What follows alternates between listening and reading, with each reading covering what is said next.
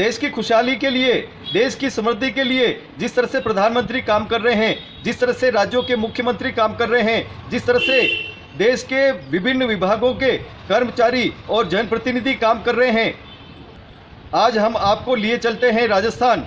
और राजस्थान में देवस्थान विभाग क्या कर रहा है, किस तरह से नया नवाचार अब आने वाले समय में विभाग करने वाला है, राजस्थान में आने वाले टूरिस्टों को किस तरह से धार्मिक सर्किट से वो जोड़ने वाला है और किस तरह से देवस्थान विभाग की नई रणनीति है।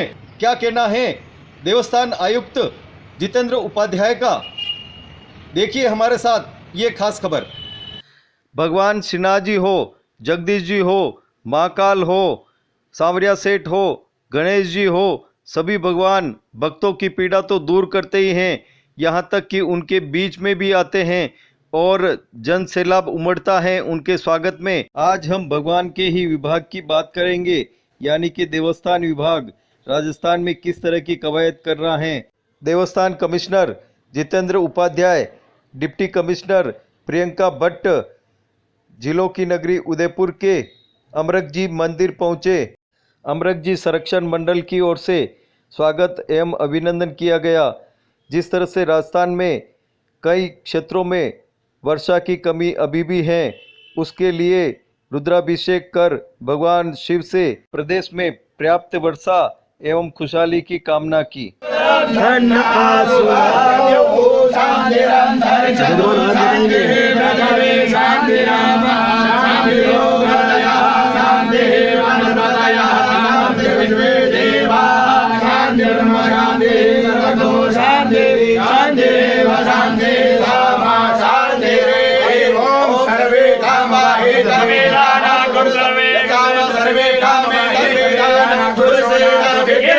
सावन का महीना चल रहा है और जिस तरह से सावन के महीने में मेघ मेहरबान है, तो कई मेघ की अभी भी लोगों को अरदास है कि यहाँ पर बरसें।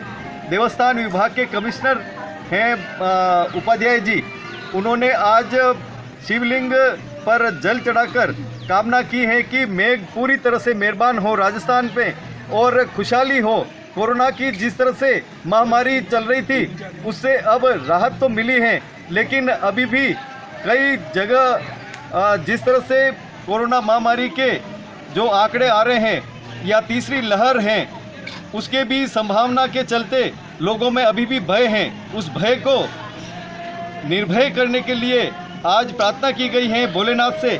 हमारे साथ में कमिश्नर साहब हैं उपाध्याय जी, काफ़ी ये सकारात्मक ऑफिसरों में आते हैं और काफ़ी ये जहाँ पर भी रहे उन्होंने अच्छे काम किए हैं। देवस्थान में अभी आए हैं, किस तरह से आपने कोरोना के लहर में आपने आम जनजीवन को जो धार्मिक स्थान थे उनको सुरक्षित रखे और लोगों को आपने बचाए रखा। जी बताएं आपने क्या किया और किस तरह से आगे भी आपकी योजना है, जी बताएं। देखिए, कोरोना की महामारी का ये दूसरा स्पेल अप्रैल के बाद से शुरू हो गया था जी। तो हमारे सारे देवस्थान के मंदिर बंद रखे गए थे। फिर राज्य सरकार ने जून के अंदर जब वापस उनको मंदिरों को खोलने का निर्णय किया तो हमने स्थानीय समितियों के ऊपर छोड़ दिया। जिला लेवल पे कलेक्टर की अध्यक्षता में कमेटियाँ थी, उनके ऊपर छोड़ दिया था कि वे निर्णय करें धार्मिक स्थलों को खोलने के बारे में। तो जहाँ जहाँ फुटफॉल ज़्यादा थी उसके हिसाब से उन्होंने निर्णय किए। जैसे कि गोगामेडी का मंदिर अभी भी हमने बंद कर रखा है, जो कि हमारा सबसे बड़ा महत्वपूर्ण मंदिर है और जिससे देवस्थान विभाग को काफ़ी आय भी हर साल होती है।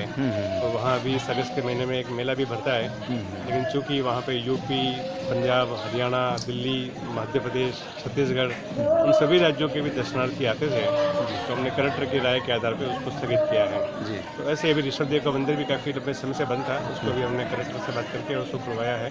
तो बाकी भी सारे देवस्थान जो हैं उनको खोलने की व्यवस्था सरकार ने की है और उन सभी में हमने स्पष्ट हिदायत दी है, चाहे मंदिर हमारे देवस्थान के हों, चाहे ट्रस्ट के मंदिर हैं, चाहे निजी मंदिर हैं, उन सभी को हमने हिदायत दी है कि एक तो पूरा प्रोटोकॉल जो है कोरोना का उसका ध्यान रखा जाए, सैनिटाइजेशन का ध्यान रखा जाए, सोशल डिस्टेंसिंग के हिसाब से जो दूरी मेंटेन की जानी है उसका ध्यान रखा जाए और खास करके प्रसाद और फूल मालाओं के ऊपर भी साफ सफाई का विशेष ध्यान रखा जाए।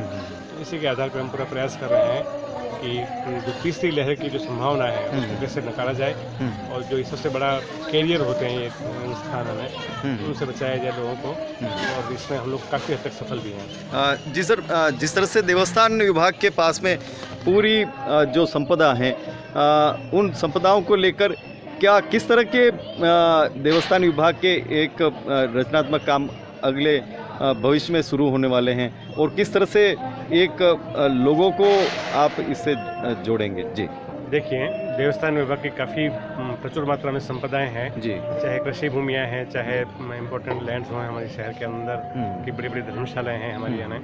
तो उन सब का पहले एक्चुअली हमारे पास में कोई रिकॉर्ड जो था वो कागजों में हुआ करता था, और कई बार पुराने जो कर्मचारी रिटायर हो जाते थे तो नए को पता भी नहीं होता था। तो हमने एक अभियान चला करके पूरी संपदाओं का एक तो डिजिटाइजेशन का काम करवाया है, और अभी 31 अगस्त तक हमारा काम पूरा डिजिटाइज हो जाएगा, और ये हमारी वेबसाइट पर भी अवेलेबल रहेगा। कोई भी आम आदमी, कॉमन मैन भी चाहे कि देवस्थान की राजसमंद जिले में या उदयपुर जिले में या डूंगरपुर जिले में कौन सी प्रॉपर्टी है, तो वो एक क्लिक के ऊपर उसको सारी डिटेल्स मिल जाएंगी, और साथ ही साथ उनसे जुड़ी हुई कृषि भूमि कितनी है, आवासीय भूमि कितनी है, कमर्शियल भूमि कितनी है, उसका भी डिटेल्स सारा उसके अंदर मिल जाएगा। तो ये हमने एक प्रयास किया है, और उसमें काफ़ी हद तक हम सफल भी रहे हैं, और इस सारा रिकॉर्ड 31 अगस्त के बाद में पब्लिक डोमेन पे होगा। लेकिन सर सबसे बड़ी बात यह कि जो किराएदार हैं वो अभी भी देवस्थान विभाग के उन स्थानों पे हैं, और उनकी किराएदारी बहुत ही लंबे अरसे से वो उसी रूप में चल रही है। क्या इस पे भी कोई विचार किया जा रहा है? बिल्कुल, किराया नीति जो थी पहले विभाग की जो थी उसके हिसाब से बहुत ही नॉमिनल किराए पर लोग बाग रह रहे थे, दुकानों को उपयोग कर रहे थे।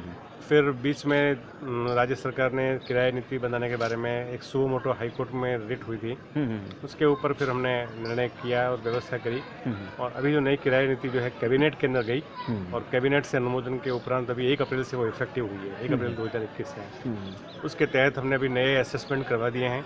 राजस्थान के अंदर हमारी देवस्थान की लगभग 2000 के आसपास प्रॉपर्टीज़ थी हमें जो किराए पर उठती थी, उनका असेसमेंट हो चुका है, और असेसमेंट के आधार पर हमने किराए के नोटिस भी जारी कर दिए हैं। और प्रयास ये है कि जो पहले कभी 100 रुपये की प्रॉपर्टी का किराया था, अब हो सकता है उनका आज 1200-1500 रुपये किराया आ रहेगा। तो उसको लेके कुछ लोगों में विरोध भी है। जोधपुर में भी हाई कोर्ट के अंदर 3 रिट्स भी हुई हैं, विभाग उसको भी बड़ा एग्रेसिवली उसको डिफेंड भी कर रहा है। किसी भी हालत में स्टे नहीं मिले, वो हमारा प्रयास था, हम उसको हम सफल रहे हैं।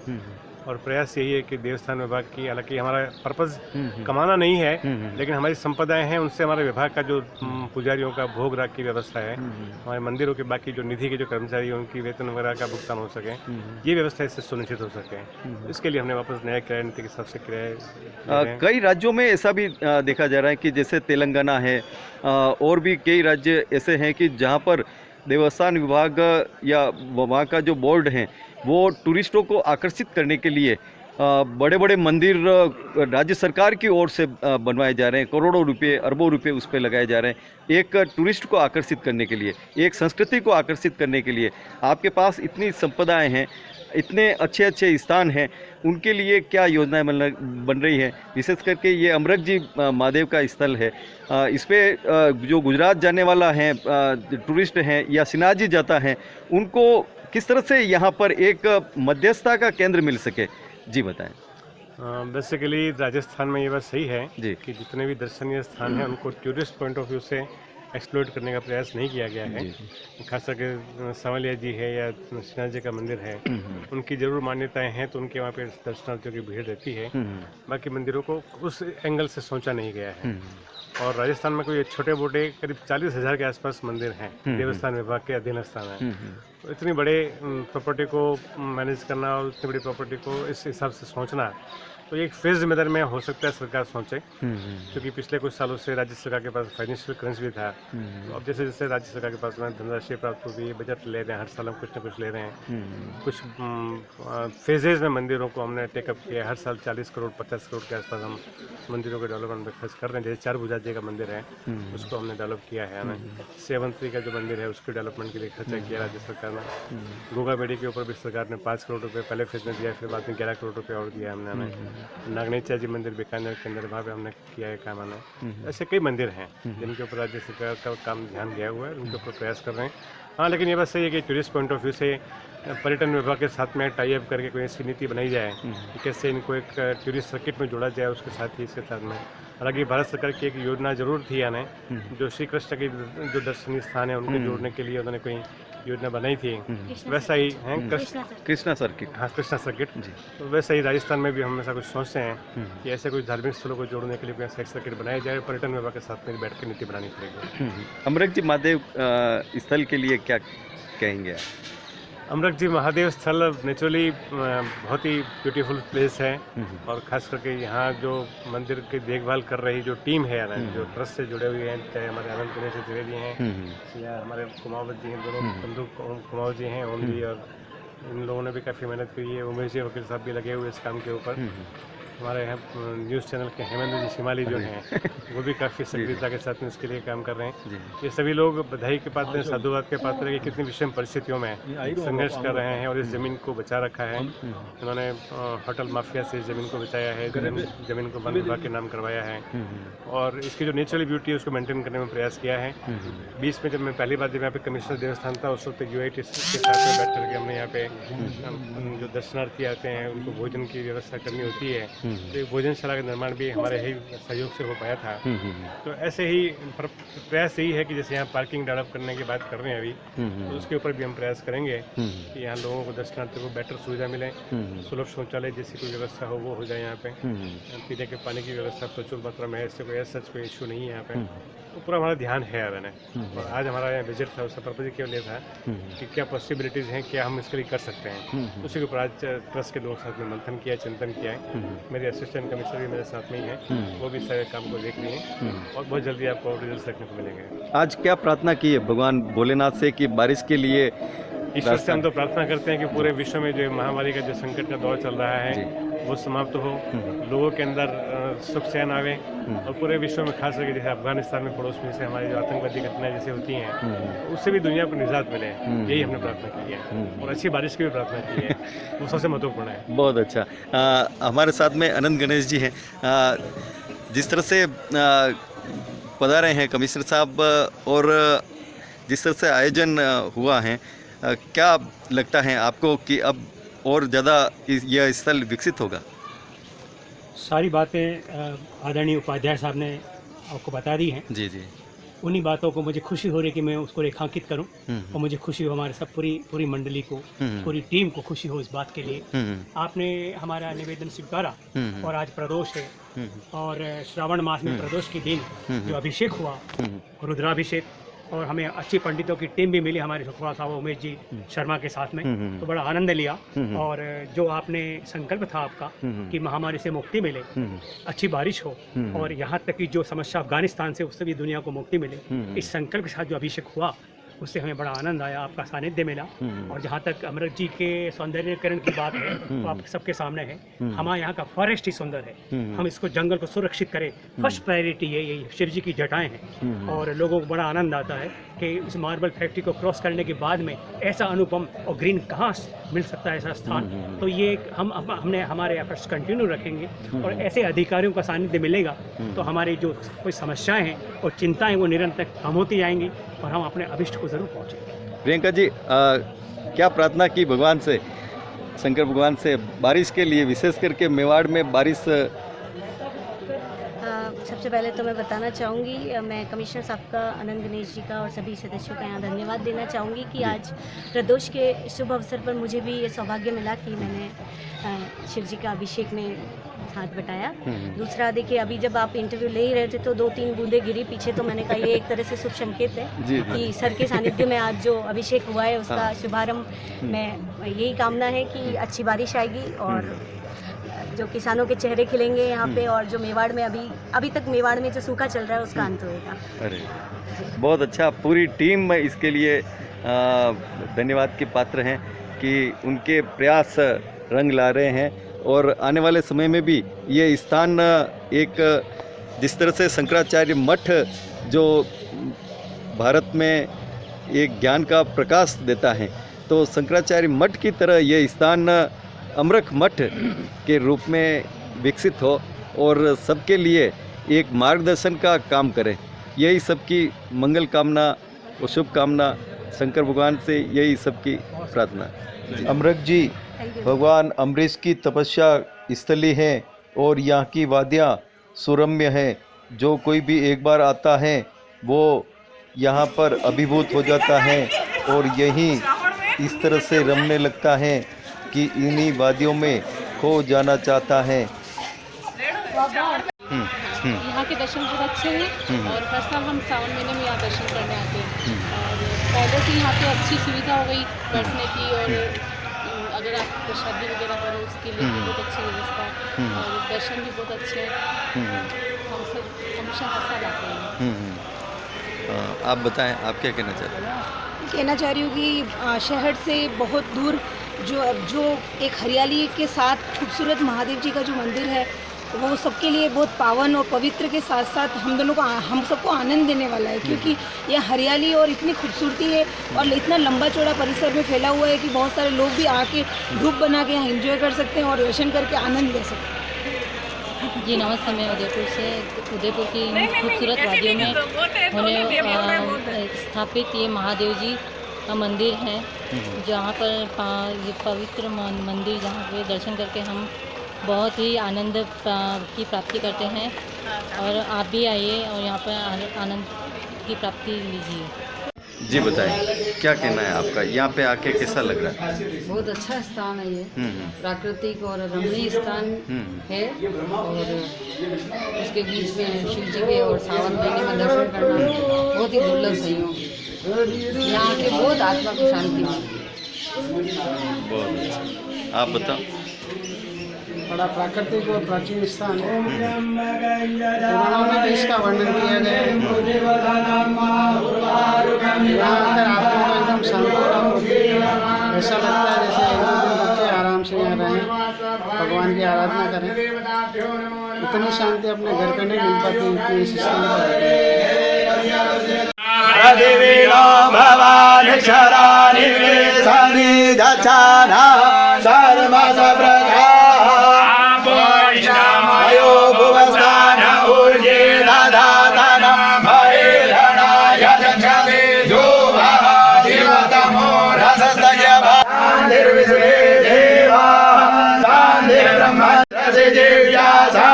नमस्ते हरसे सोचिके नमस्ते अस्वतिके अन्यास्ते अस्मन्तो अंतो हेतया पावको अस्मभ्य हसे जदो यथा समे हसे जदो नो अभयं गुरु सन्ना सदा। हरि ओम ओम स्वस्ति इंद्रो रथस्रवा स्वस्ति नः पूर्वा द्वारेषा स्वस्ति नमसे विष्णु स्मृतेस्थो विष्णु सूरसे विष्णु ध्रुवोऽसि वैष्णवे मरुतो देवता विश्वे देवा देवता देवा देवो देवा रुद्राय नमः कालाय नमः कल्विकराय नमः कल्विकराय नमो सर्वेभ्यः सर्वदेवेभ्यो नमस्ते रूपेभ्यः कलमुराय देवाय धीमहि तन्नो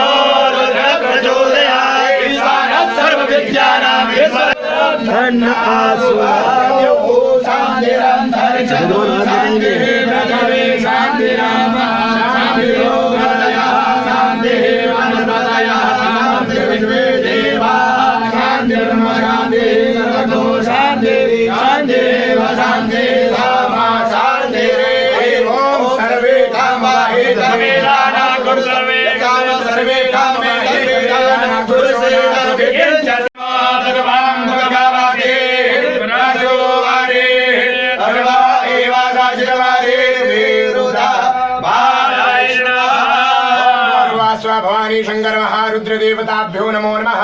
पुष्प सिंगारं समर्पयामि पुष्पमालांतेन नाना परिमल द्रव्यम् ओम परिवातु विषवादा भूर्भुवस्व भवानी शंकर महारुद्र देवताभ्यो नमो नमः।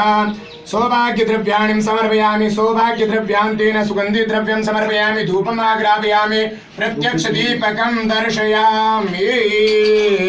ओम भूर्भुवः पवरेदामं ज्योष्ठादामं देवा उत्तमं पूर्वास्व भवानी शंकर महारुद्र देवताभ्यो नमो नमः धूपम् आग्रापयामि ओम अग्निर्ज्योतिर्ज्योतिरग्निः स्वाहा सूर्यो ज्योतिर्ज्योतिः सूर्यः स्वाहा अग्निर्वर्चो ज्योतिर्वर्चः स्वाहा ज्योतिर्वर्चो ज्योतिर्वर्चः स्वाहा ज्योतिः सूर्यः सूर्यो ज्योतिः स्वाहा भगवान शंकर महारुद्र नैवेद्यम निवेदयामि। ये बाजूड़ लगाओ देवी जी का यहाँ बाजूड़ लगाओ ये पीछे आपके अंतरिक्षको शेषणोर्द्यो समवर्तत पद्भ्यां पूर्णदिशा सोत्रा तथा लोका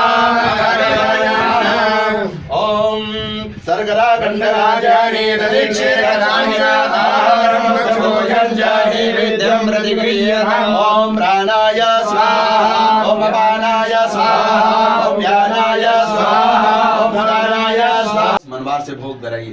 3 व्यक्तियों को मनवार करना आती है भविष्य के जीवन में। पहले ठाकुर जी भगवान जिन देवताओं की पूजा करें, दूसरे ब्राह्मण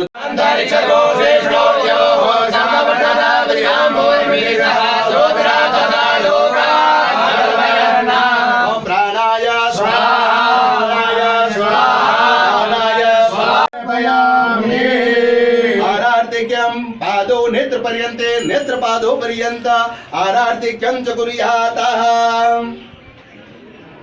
ओम जय शिव ओंकारा हर शिव ओंकारा ब्रह्मा विष्णु सदा शिव बोले बोले नाथ महादेव हर जय धारा ओम हर हर हर महादेव एकानन चतुरा पंचानन राधे पंचानन राधे पंचानन जरुणानन ओम हर हर हर महादेव गोया पूजा चार चतुर पूजा दस पूजा ते सोहे बोल दस पूजा ते सोहे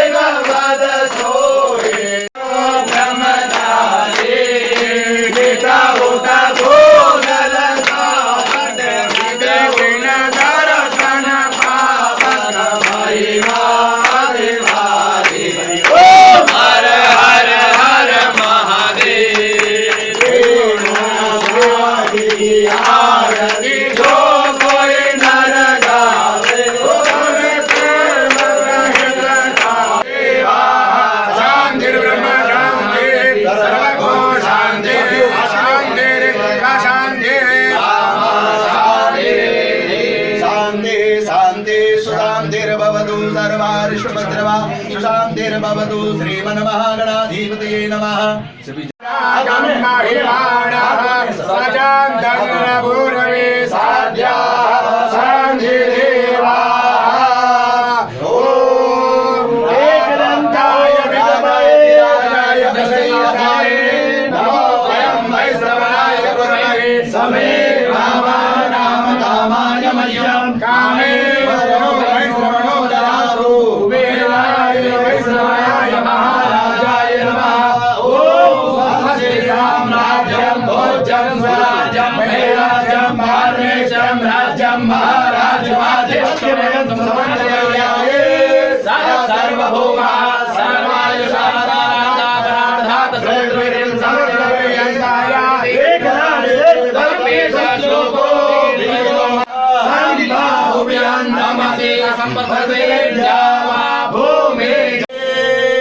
वक्रतुण्डाय धीमहि तन्नो